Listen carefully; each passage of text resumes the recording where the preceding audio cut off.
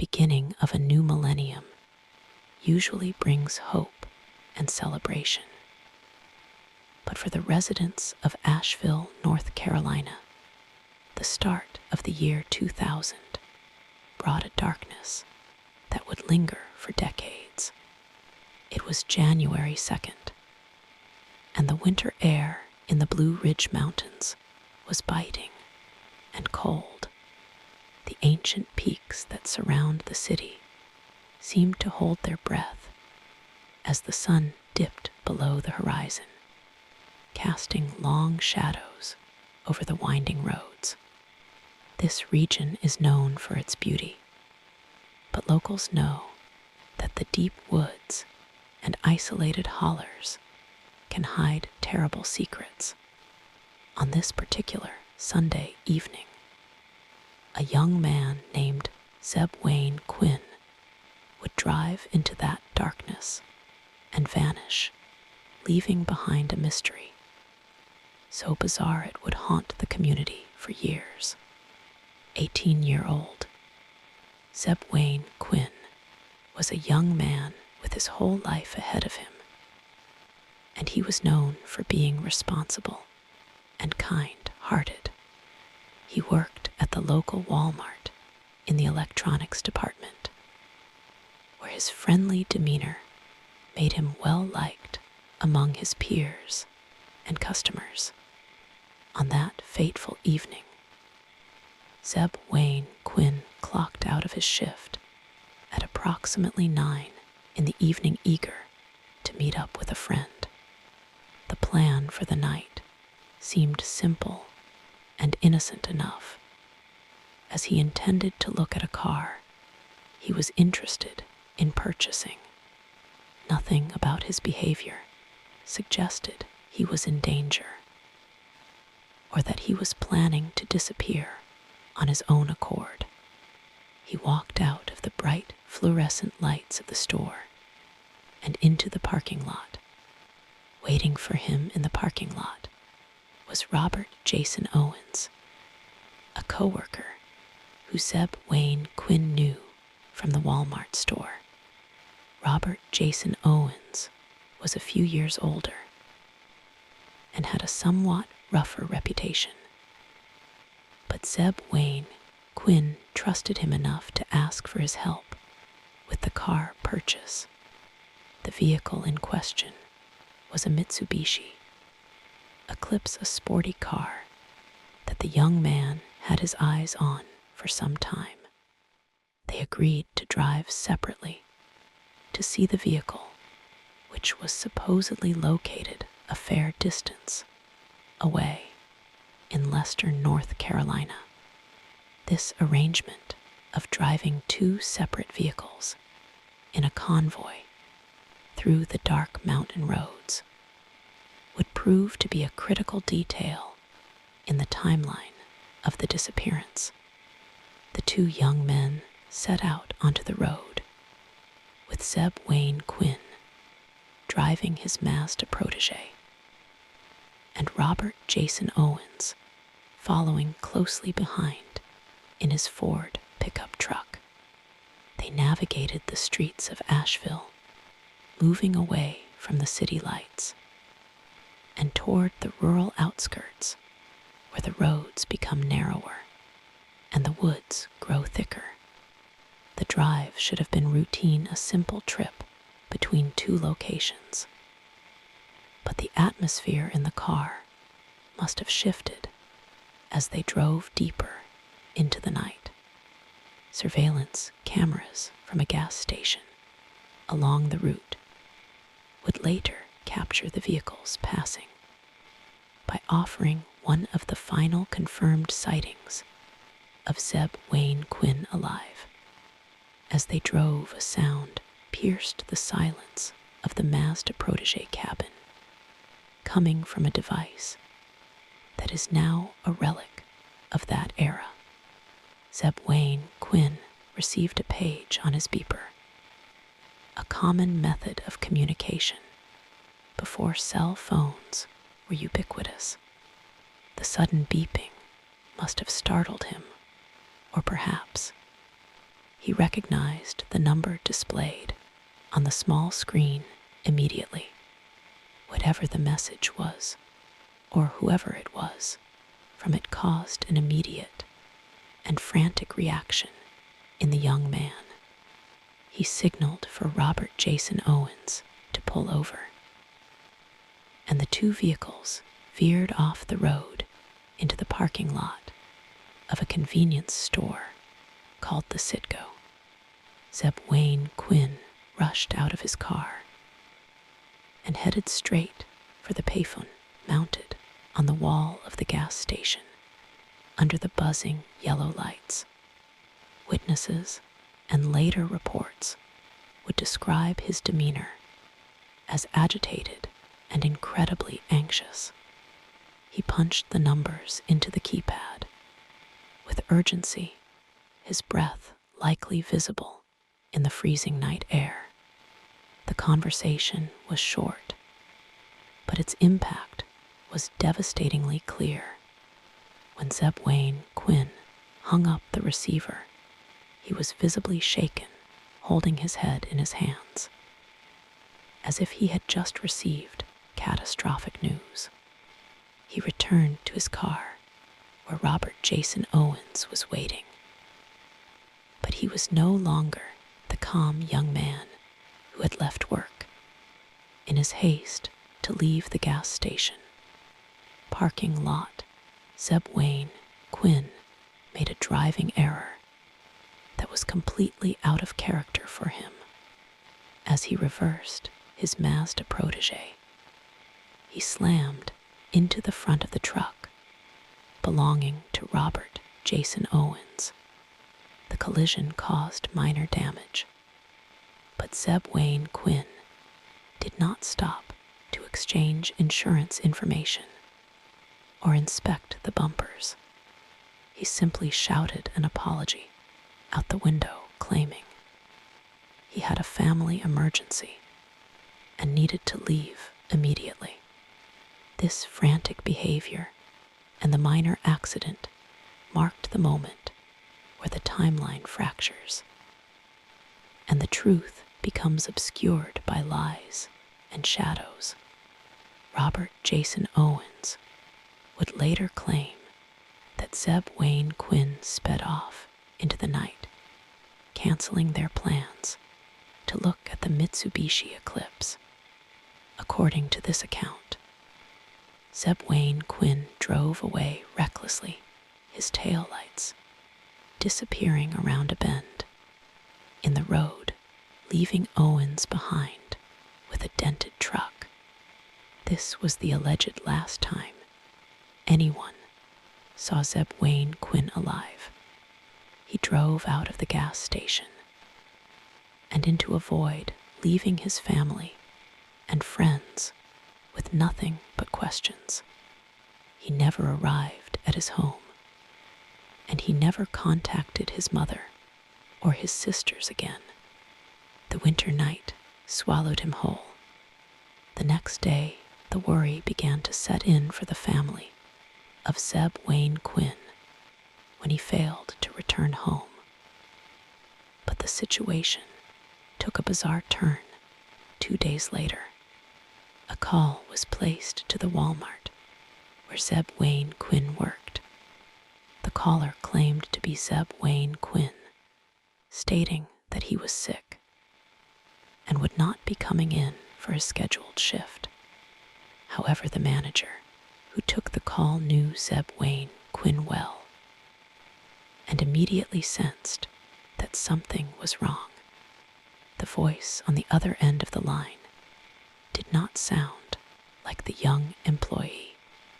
It sounded familiar, but it lacked the specific cadence and tone of Zebb Wayne Quinn. The manager pressed the caller, asking questions and becoming suspicious of the identity of the person on the line. Realizing the ruse was failing, the caller abruptly hung up, leaving the manager with a chilling realization. The call was traced, and it was discovered that it had been made from the plant where Robert Jason Owens worked a second job. When confronted, Robert Jason Owens admitted to making the call, but claimed he did so only as a favor to Zebb Wayne Quinn, who had asked him to call in sick for him. This explanation did little to quell the rising panic among the family of the missing boy. For 2 weeks, the search for Zebb Wayne Quinn yielded nothing but dead ends and frustration for the investigators and the family. Then, on January 16th, a breakthrough occurred that only deepened the mystery and added a layer of macabre theatricality to the case. The Mazda protege belonging to Zebb Wayne Quinn was found abandoned in the parking lot of a restaurant called Little Pig's Barbecue. The location was near the hospital where the grandmother of Zebb Wayne Quinn worked. But the car had clearly been parked there for some time. It was what was found inside, and on the car that turned this from a missing person case into a ghost story. On the rear window of the vehicle, someone had drawn a pair of lips using a bright, inexplicable shade of lipstick. The drawing was large and crude, mocking those who found the car with a strange and surreal symbol. In addition to the lips, an exclamation point was drawn on the glass. The imagery was baffling.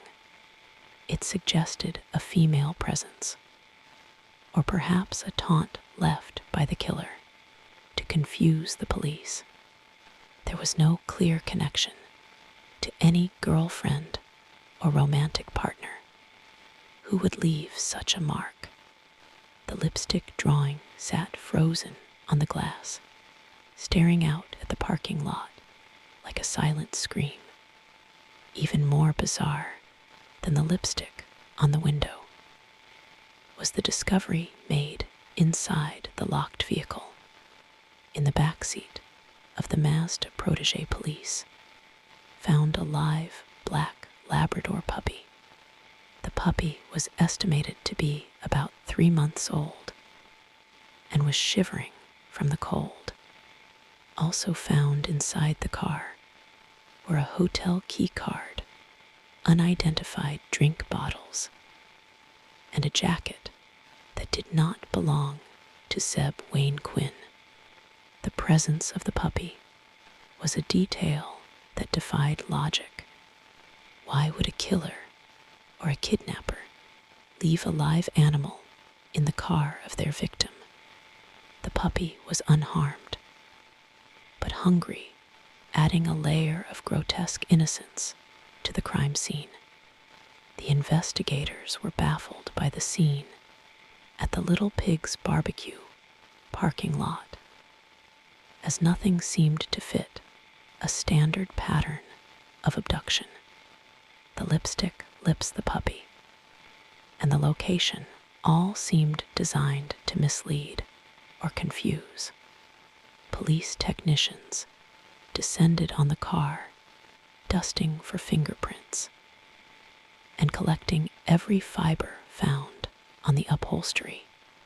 They hoped the lipstick or the hotel key card would provide a direct link to the whereabouts of Zebb Wayne Quinn. The puppy was turned over to animal control and was eventually adopted by one of the investigators who felt a connection to the innocent life found in the middle of a tragedy. The investigation quickly circled back to Robert Jason Owens, as he was the last known person to see Zebb Wayne Quinn alive. His story about the car accident and the frantic page began to show cracks under scrutiny. Police analyzed the page that Zebb Wayne Quinn had received that night. They traced the number back to the home of the aunt of Zebb Wayne Quinn, a woman named Inez Ustich. This revelation was shocking because she claimed she was having dinner with a friend that night and had not paged her nephew. Her house had been empty at the time the page was sent. This detail suggested that someone had broken into the house of the aunt solely to send that page to Zebb Wayne Quinn to lure him or panic him. It implied a level of calculation and manipulation that was terrifying. Robert Jason Owens denied any involvement in the break-in or the page, but suspicion clung to him. He had injuries on his face and hands in the days following the disappearance, which he claimed were from a separate, unrelated accident.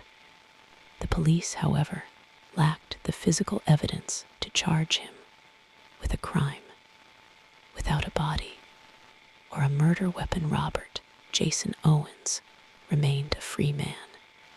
The community of Asheville watched in horror as the case went cold, and the weeks turned into months, and then into years.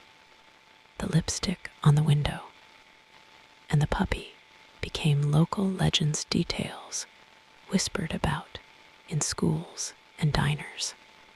Zebb Wayne Quinn had become a ghost in the minds of the people, a young man who vanished into thin air, leaving behind only riddles.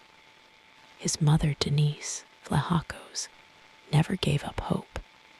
She kept his room exactly as he left it, and spent every waking moment pressuring the police to continue looking for her son. She knew in her heart that Robert Jason Owens held the key. Years rolled by, and the name Robert Jason Owens resurfaced in the news for various minor legal issues. But he managed to avoid major consequences. He lived his life in the same community where he had allegedly last seen Zebb Wayne Quinn, walking among the people who suspected him of murder. The tension was palpable whenever his name was mentioned. The case of Zebb Wayne Quinn was featured on television shows about unsolved mysteries, spreading the story of the lips and the puppy across the nation. But still justice remained elusive. The mountains seemed determined to keep their secret. It wasn't until 15 years later, in the year 2015, that the darkness surrounding Robert Jason Owens finally broke open completely.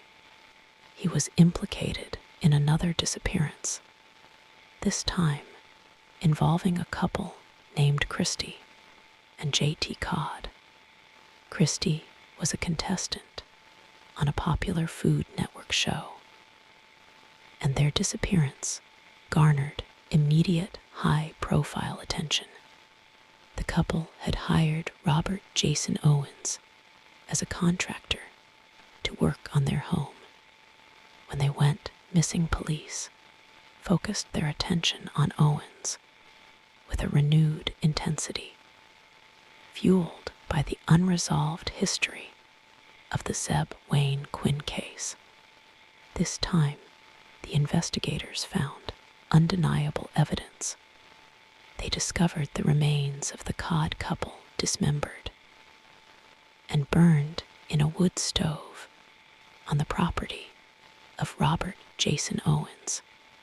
The brutality of the crime shocked the community and confirmed the darkest fears of everyone who remembered Zebb Wayne Quinn, with Robert Jason Owens in custody and facing the death penalty for the cod murders. The prosecutors saw an opportunity to finally close the book on the cold case from the year 2000.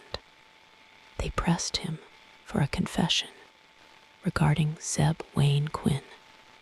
The search of the property belonging to Robert Jason Owens was exhaustive and grim. Investigators dug up the land and sifted through ashes, looking for any trace of the 18-year-old boy who had vanished a decade and a half earlier. Under a layer of concrete and debris, they found fragments of leather and fabric that matched the description of clothing worn by Zebb Wayne Quinn. The earth was finally giving up the evidence it had held for so long. The discovery was heart-wrenching for the family, but it was the proof they needed to confirm that Zebb Wayne Quinn had never left that mountain road alive. Faced with the overwhelming evidence of the cod murders and the new discoveries on his land, Robert Jason Owens entered into a plea deal to avoid the death penalty. As part of this agreement, he was required to confess to the killing of Zebb Wayne Quinn. The story he told was a chilling account of a murder that seemed to have happened for almost no reason. He claimed that he had killed Zebb Wayne Quinn that night in the year 2000 and had successfully hidden the crime for 15 years through a combination of luck and intimidation. Robert Jason Owens claimed that the murder was not premeditated in the way the police suspected, but was the result of a dispute that escalated. However, many investigators and family members believe his confession was sanitized to minimize his monstrosity. He admitted to disposing of the body by burning it, which explained why no remains were ever found during the initial searches. The incineration was thorough and calculated, designed to erase Zebb Wayne Quinn from existence.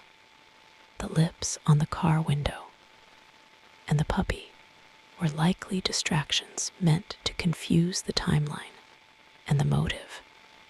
The mystery of the puppy was never fully explained by Robert Jason Owens in a way that satisfied the public. It remains one of the most baffling elements of the case. Some theories suggest he placed the puppy there to ensure the car would be noticed quickly, while others believe it was a twisted joke. The lipstick drawing was also dismissed by him as a diversion, but the specific choice of imagery remains haunting. It adds a psychological horror element to the crime, suggesting a mind that enjoyed the game of deception. The confession brought a sense of finality, but not peace. The senselessness of the crime was difficult to comprehend. Zebb Wayne Quinn was a young man who trusted a coworker and paid for it with his life. The betrayal was absolute. Robert Jason Owens had looked the mother of the victim in the eye for years, knowing exactly what he had done to her son. This level of deceit speaks to a sociopathic lack of empathy that chills the blood. The monster had been living in plain sight. In July of 2017, Robert Jason Owens pleaded guilty to the lesser charge of accessory to murder after the fact in the Zebb Wayne Quinn case. As part of his plea deal for the Cod murders, he was sentenced to spend the rest of his life in prison, ensuring he would never harm another soul. For the family of Zebb Wayne Quinn, it was a victory, but a hollow one. No sentence could bring back the vibrant young man who had driven off to look at a car and never returned. The legal closure did not erase the 15 years of agonizing uncertainty. The legacy of the Zebb Wayne Quinn case is one of caution and lingering fear in Asheville. It serves as a grim reminder that danger can lurk in the most mundane situations, like a ride with a coworker or a trip to buy a car. The image of the lipstick lips on the car window has become a symbol of the case, a visual representation of the silence that was forced upon the victim. It is a story told to warn young people about the importance of intuition and the dangers of trusting the wrong people. The location where the car was found at Little Pig's Barbecue still operates today. But those who know the story cannot look at the parking lot without thinking of the abandoned Mazda protege. The ghost of that image persists. Locals remember the winter of 2000 and the flyer posters that covered the town.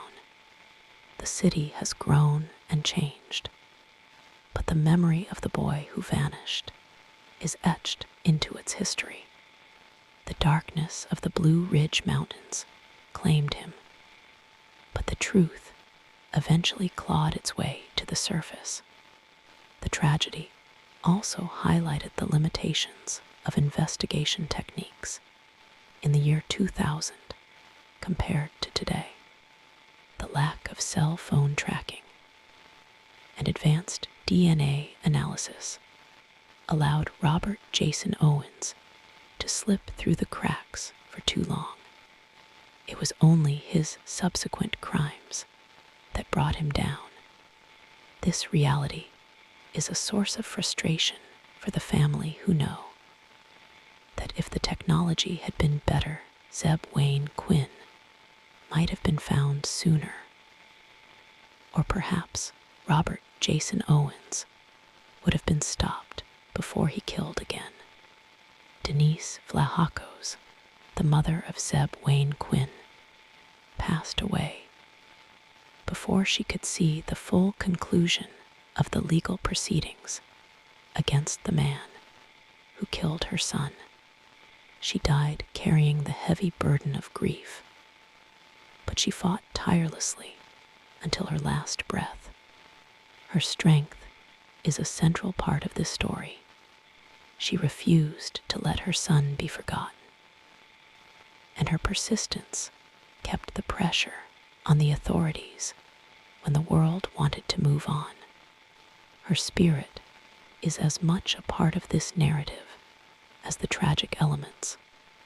The puppy found in the car, which was named Zebb by the officer who adopted it, lived a full and happy life. In a strange way, the dog served as a living memorial to the young man. It was the only living thing to witness the aftermath of the crime and survive. The survival of the puppy offers a tiny sliver of light in an otherwise pitch-black story. It represents the innocence that was present in the chaos of that night. Today, the story of Zebb Wayne Quinn is cited as one of the most bizarre missing persons cases in American history due to the theatrical elements of the crime scene. the psychological manipulation employed by the killer, using the pager and the stagecraft of the car abandonment, reveals a dark and twisted mind. It was not just a murder, it was a production designed to taunt. This psychological aspect is what makes the story linger in the mind long after the facts are recounted. The mountains of North Carolina are ancient, and they have witnessed many tragedies, but few are as perplexing as this one. The roads that Zebb Wayne Quinn drove that night are still there, winding through the dark woods.